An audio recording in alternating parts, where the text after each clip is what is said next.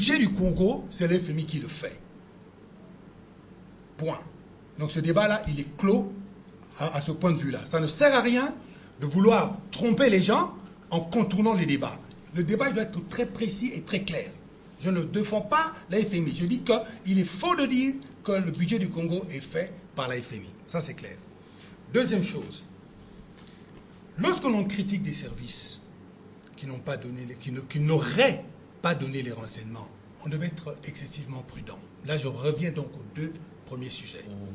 Je rappelle tout simplement, la Grande-Bretagne. La Grande-Bretagne, c'est le pays de la police. C'est le pays de service.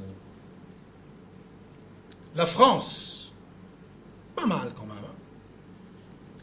Les États-Unis, l'Espagne, je ne m'arrête que là, ont subi des actes terroristes d'importance au nez et à la barbe de la police et des services de ce pays.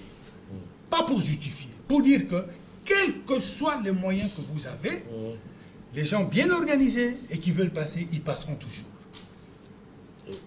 Troisième chose. Oui. Et la dernière?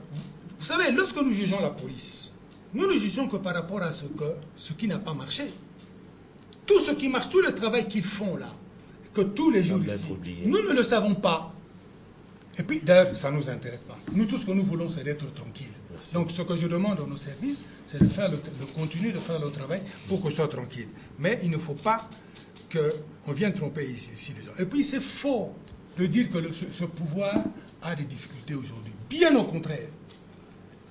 N'eût été la mort de notre jeune colonel, moi, Kambila, peut-être pas les autres, hein, mais moi et mes amis, nous étions en fait.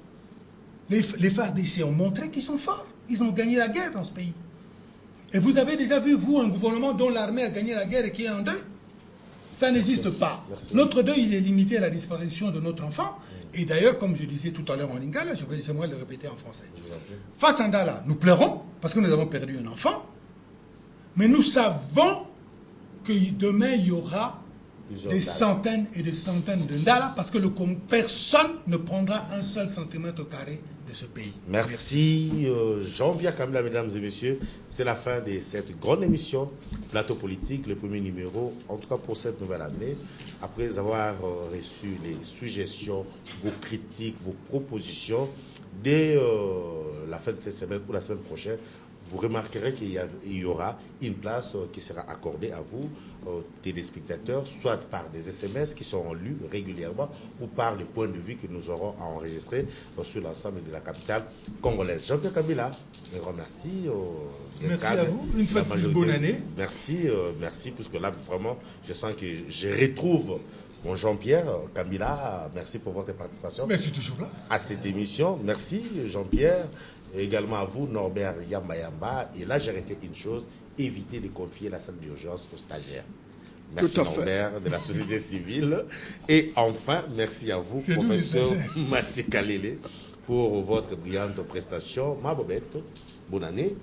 Denis Diboko. Meilleurs vœux à vous, Boteba Bernard. Meilleurs vœux, à vous, Bindele Géry, Gino Lumbongo. Sans oublier Ndoi, Etienne Sumbu et Ewing Mukuna, Freddy Mbongo, sans oublier Mama Deden. Voilà, c'est la fin de cette émission Plateau Politique, la rediffusion demain dans la matinée. Le prochain rendez-vous est pris pour les dimanches à la même heure sur la même chaîne. Merci et bonsoir. Merci.